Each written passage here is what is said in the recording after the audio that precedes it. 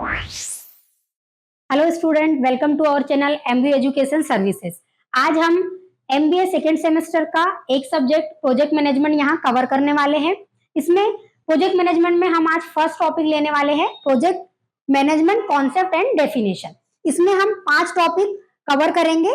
First is introduction of project management, definition of project management, feature of project management, objective of project management and importance of project management. सबसे पहले हम देखते हैं introduction of project management. परियोजना प्रबंधन क्या है, इसको हम डिटेल में यहाँ समझेंगे। किसी भी यूनिक काम को हम स्टार्टिंग से एंड तक प्लान के साथ, अगर टीम के साथ हम जो सक्सेसफुली एग्जीक्यूट करते हैं, ये जो सारी प्रोसेस होती है, इसे कहते हैं प्रोजेक्ट मैनेजमेंट। इसे हम एक एग्जाम्पल के थ्रू समझ सकते हैं तो हमें अच्छे से समझ में आएगा। कोई एक मोबाइल कंपनी है, उसे अपना मोबाइल ऐप लॉन्च करना है मार्केट में अपकमिंग 6 मंथ में, तो वो अपना बजट तैयार करती है, वो अपनी टीम तैयार करती है, वो अपनी डेडलाइन तैयार करती है, कॉस्ट, डेवलपमेंट, टेस्टिंग, सभी कुछ करने के बाद मार्केट में वो कब लॉन्च करना चाहती है। तो ये जो सक्सेसफुली प्लानिंग है वो प्रोजेक्ट मैनेजमेंट में आती है। इसे हम second topic is definition of project management. इसे पीएमबीओ के राइटर ने कहा है, project management is the application of knowledge, skill, tools and techniques to project activities to meet project requirements.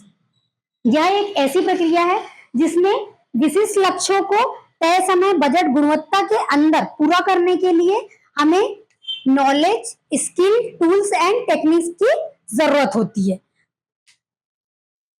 ये जो सारी प्रोसेस है इसे हम कहते हैं project management. And project management बहुत ही ज्यादा जरूरी है। आप कोई बिजनेस कर रहे हैं या आप कोई प्रोडक्ट लॉन्च कर रहे हैं मार्केट में, ठीक है। इसे अगर हम समझे तो प्रोजेक्ट मैनेजमेंट को हम एक सेंटेंस में हम ऐसे समझ सकते हैं कि कस्टमर की जरूरत को राइट टाइम पे, राइट कॉस्ट के साथ, राइट क्वालिटी में पूरा करके बिजनेस वैल्यू को क्रिएट करना, रेवेन्यू को बढ़ाना।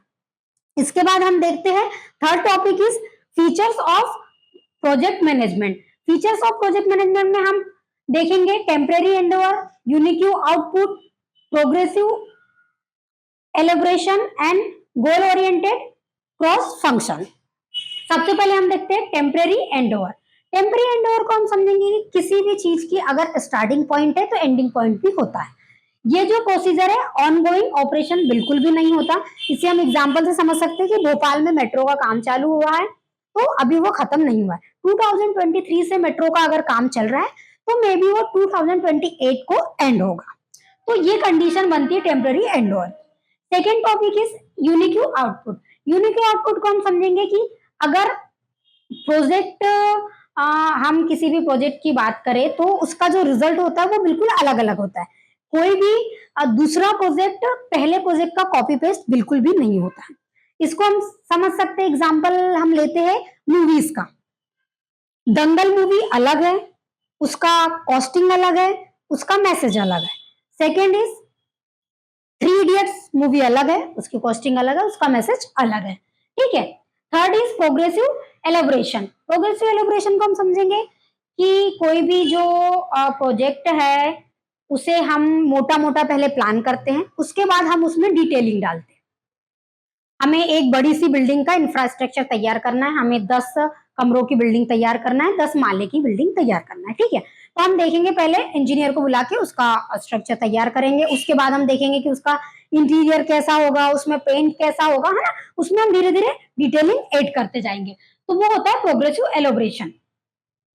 Fourth is goal oriented. Goal oriented से हम साफ समझ रहे हैं कि हमारा जो गोल होना चाहिए वो बिल्कुल क्लियर होना चाहिए, हमारा ऑब्जेक्ट बिल्कुल क्लियर होना चाहिए कि हमने डिसाइड किया, आज हमने स्टार्टअप किया है, आफ्टर 6 मंथ हमें कितना रेवेन्यू चाहिए, कितना कस्टमर, हमारी जो ऑडियंस है कितनी हमसे कनेक्ट होनी चाहिए।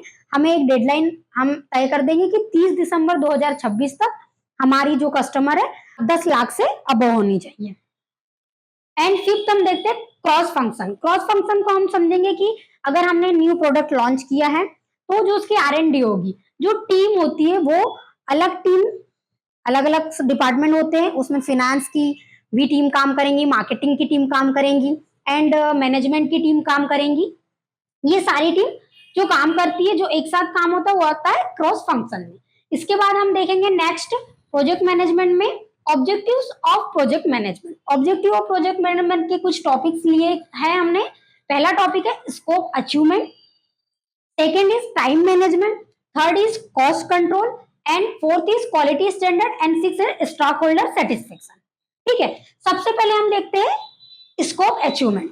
स्कोप अचीवमेंट से हम समझते हैं कि जो भी कस्टमर के साथ, जो भी डीलर के साथ हमारी जो डील तय हुई है कि हम आपको एक वेबसाइट बना के देंगे 4 पेजेस की, तो हमें वो एक ही वेबसाइट बनानी है 4 पेजेस की। उसमें हमें ना कुछ ज्यादा ऐड करना है, ना हमें कुछ कम ऐड करना है। जिस बात पे हमारी डील तय हुई है हमें वही करना है। Second is time management.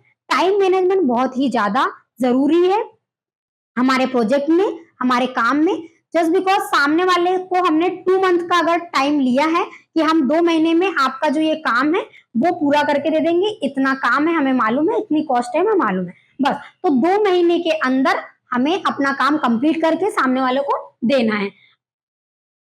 Third is cost control. Cost control बहुत ज्यादा जरूरी है। अगर हमने डिसाइड किया कि हमारा जो बजट है वो 30 लाख का आ रहा है, तो हमें 30 लाख में ही हमें सारा बजट को इसमें यूज करना है, हमें एक्स्ट्रा मनी बिल्कुल भी ऐड नहीं करना है।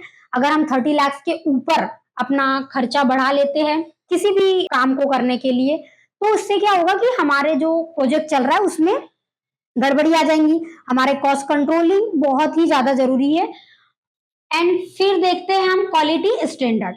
क्वालिटी स्टैंडर्ड की बात करें तो आपके प्रोडक्ट में क्वालिटी होना बहुत ज्यादा जरूरी है। क्वालिटी ही कस्टमर को, कंज्यूमर को आपके पास लेकर आती है। एग्जाम्पल के लिए लेते हैं, अगर आपने कोई ऐप बनाया है लाइक ओला, उबर, जो प्लेटफॉर्म है जिसमें ये चल रहे हैं, तो आप अगर 100 ऑडियंस आ गई तो वो क्रैश हो गया, ऐप ठीक से काम नहीं कर रहा है, तो हम उसमें नहीं जाएंगे, हम कोई दूसरा ऑप्शन ढूंढ लेते हैं।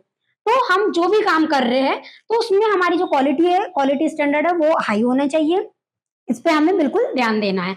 And fifth is stock holder satisfaction. Stock holder satisfaction से नाम से ही समझ आ रहा है कि स्टॉक होल्डर का सेटिस्फेक्शन हमारे लिए बहुत ही ज्यादा जरूरी है, हमारे बिजनेस वैल्यू के लिए बहुत ज्यादा जरूरी है। क्लाइंट है, जो हमारे टीम है, वो हमसे हैप्पी होना चाहिए, वो हमारे काम से हैप्पी होना चाहिए।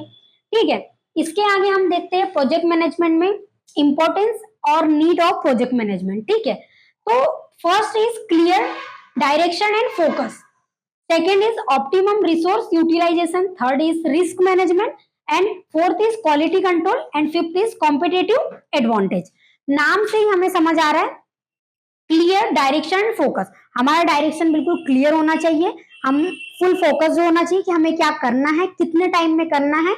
यही प्रोजेक्ट मैनेजमेंट का सबसे अच्छी बात है कि आप अगर कोई भी काम कर रहे हैं प्रोजेक्ट मैनेजमेंट में, आपको पता होता है, आपके साथ साथ आपकी सारी टीम को भी पता होता है कि आप कितने टाइम में और आपको कितना काम करना है। ठीक है, तो क्लियर डायरेक्शन एंड फोकस, इसमें हम एग्जांपल ले सकते हैं चंद्रयान 3 मिशन जब सक्सेसफुल हुआ था। ठीक है, तो उसमें 1000+ वैज्ञानिकों ने साथ में एक साथ मिलकर ये जो मिशन है वो लॉन्च किया था। तो ये कैसे हुआ? उनकी जो टीम थी वो वर्ल्ड क्लास थी, उनका जो प्रोजेक्ट मैनेजमेंट था वो बहुत ही शानदार था। ठीक है, तभी कि अगर पता चल रहा है कि जो 100 लोग हैं वो कुछ और कर रहे हैं, 200 लोग हैं जो कुछ और कर रहे हैं, तो ऐसे में क्या होता, वो काम प्रॉपरली नहीं हो पाता। ठीक है, second is optimum resource utilisation. इसको हम समझ सकते हैं कि सही पैसा सही यूज हम कहाँ करें, सही पैसों का सही टाइम पर यूज।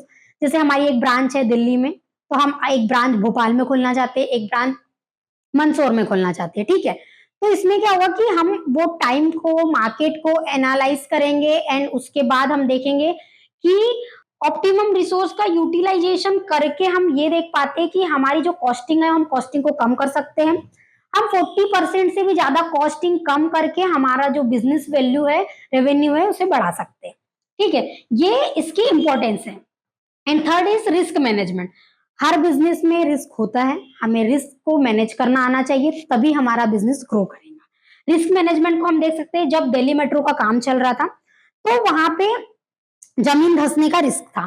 तो जो ई श्रीधवन है, उन्होंने क्या किया कि बैकअप प्लान रहा, plan B is very important. उन्हें लगा कि ये इसमें ये प्रॉब्लम आ रही है, तो उन्होंने प्लान बी को एग्जीक्यूट किया। क्या किया? सॉइल टेस्टिंग, उनके पास प्रॉपर क्या था, बैकअप रूट था, जिसके वजह से उनका जो वो प्रोजेक्ट है वो सक्सेसफुल हुआ।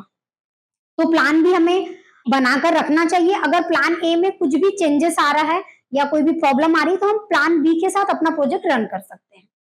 And fourth is quality control. Quality control बहुत ही ज्यादा जरूरी है। अगर आप कोई भी चीज मार्केट में लॉन्च कर रहे हैं तो उसके पहले आपको उसकी क्वालिटी स्टैंडर्ड सब कुछ प्रॉपर तरीके से मार्केट में लॉन्च करने के पहले उससे देखना है तैयार हुई है नहीं हुई है, बिकॉज कस्टमर आपके प्रोडक्ट की क्वालिटी से और भी ज्यादा इंप्रेस होके वो आपके बिजनेस को इंप्रूव करता है। तो जैसे एग्जांपल ले सकते हैं Tata Motors.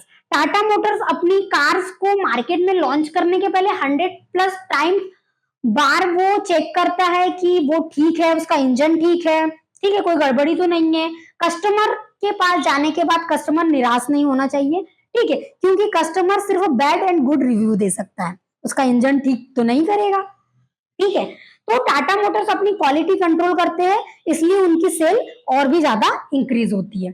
Fifth is competitive advantage. Competitive advantage market में बहुत ही ज्यादा हमें अच्छी सेल्स देती है। अगर हम इसे देखें कि जो कंपनी मार्केट में फास्ट एंड एफिशिएंट डिलीवरी कर रही है, कंपनी जैसे अमेजन, अमेजन 2 दिन में अपने प्रोडक्ट डिलीवर करती है, बिकॉज उसके जो लॉजिस्टिक प्रोजेक्ट मैनेजमेंट है वो वर्ल्ड क्लास है एज कम्पेयर टू अदर, ठीक है। अगर हमें कोई भी प्लेटफॉर्म से हमने एक चीज ड्रेस हो गया या फिर क्रॉकरीज हो गई, कुछ भी हो गया, हमने ऑर्डर किया और वो हमें 5 डेज बाद या 2 वीक बाद डिलीवर हो रही है, तो हम नेक्स्ट टाइम उससे हम ऑर्डर नहीं करेंगे ना। लेकिन अगर हमें वही चीज हमें 2 दिन में 24 घंटे में डिलीवर हो जा रही है तो हम उस प्लेटफॉर्म को ज्यादा प्रेफर करते हैं। तो ये आज हमने प्रोजेक्ट मैनेजमेंट का टॉपिक कवर किया है, introduction, definition, feature, objective and importance. तो इसका टोटली अगर हम देखा जाए तो ये जो 5 वर्ड है इसी पर है, STCQNR, scope, time, cost, quality and risk plus stock holder satisfaction.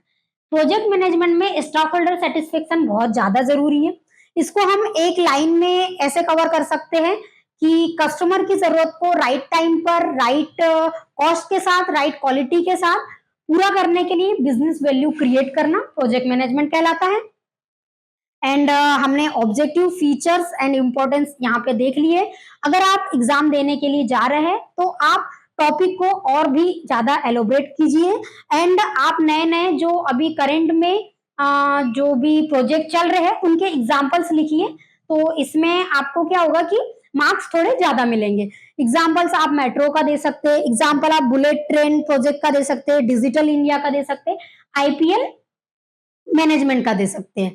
तो ये आज का हमारा प्रोजेक्ट मैनेजमेंट का टॉपिक फर्स्ट कंप्लीट हुआ। मिलते हैं हम नेक्स्ट वीडियो में। Thank you for watching this video. अगर आपको ये वीडियो पसंद आई तो प्लीज लाइक एंड सब्सक्राइब कीजिए।